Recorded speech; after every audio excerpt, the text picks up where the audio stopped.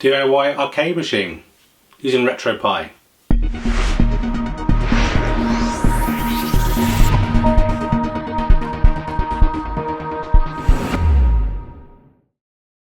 Okay, so in this video we're going to talk about DIY arcade machines.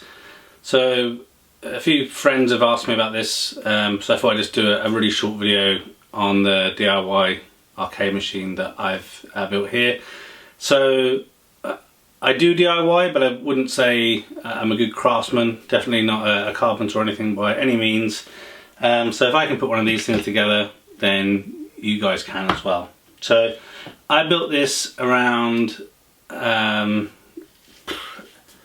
must be a year ago now, I think, and I used some guides and templates off Instructables, so there'll be a link to that down in the description so you guys can have a look yourself.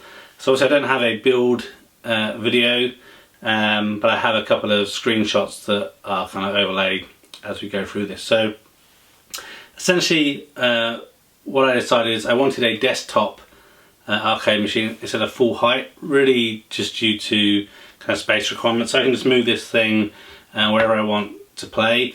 Also wanted it to be 2-player versus 1-player, and I wanted it to look, I guess, decent enough, right? So what I've done here, I definitely do a few things differently, but essentially what it is, it's all made out of MDF.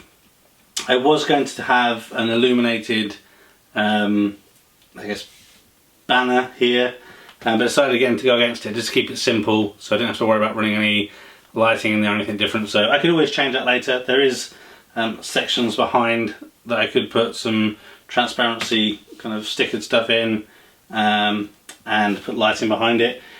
Also, other arcade machines I've seen that are really awesome have got I guess stickers all on the side that represent the arcade machine.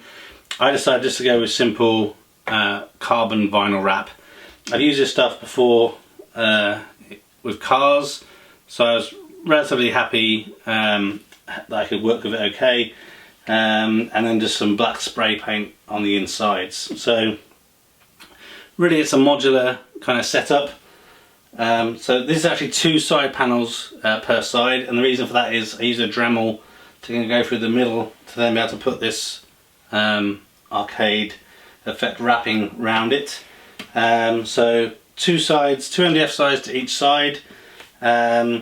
I then obviously just glued and screwed it all together. So I'll show you the back and the insides in a moment. These control units are essentially just from China. I think they're about £25, was it maybe less than that, per set of buttons and joysticks. I then went for, I guess, more authentic looking buttons for player select, and that's actually a start button, so use these to add credit for games. Underneath, this is what it looks like. It's just a plethora of cables, and I use an X Mini for the speaker system. The speakers are reasonably loud. I'll show you a quick gameplay section shortly, and I basically got the Space Invaders sign here with little kind of mini holes drilled out, and I did that just by 3D printing a template, offering it up, and then drilling all the holes in. So yeah, really super simple. Use an old monitor. This is a 19-inch Dell monitor. I basically just took the back off, or the stand off, and this just is clamped in by some wood. So I think all together, including the wood, and I said reusing the screen, I'm using a Raspberry Pi 3 in here. I did have a Raspberry Pi 2 before, worked absolutely fine. I changed to a Raspberry Pi 3 because I was trying to get better N64 emulation, but it didn't work, so just gone with this right now. So let's turn it around and then have a look at the inside. Okay, and so this is the back. So didn't do too much to make this look kind of really special, because obviously it's hidden most of the time. I put a fused power adapter in just to increase safety and also make it a little bit more cosmetically nice. This panel is on magnets. And just remove that. And then inside we can see what we're dealing with. So as you see, the screen's just padded out here with wood. There's the Raspberry Pi 3 in a 3D printed case, the control boards, etc. On the left here is just a 4-bar to enable the multiple components to be plugged in, and yeah, and then the X-Mini speaker velcro to the front. So again, really simple, really basic, but it works really well.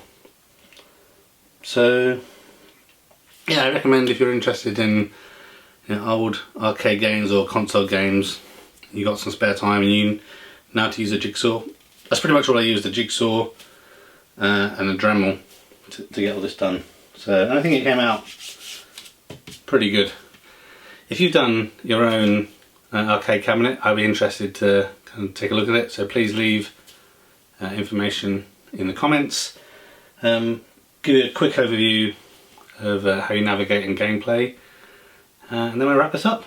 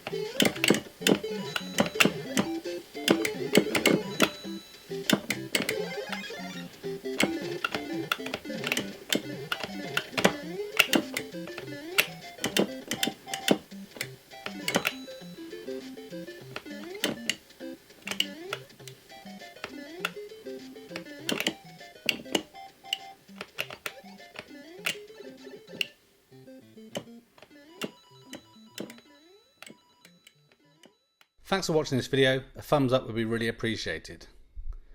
If you're interested in other geek type videos, please consider subscribing to Spectrum Geeks.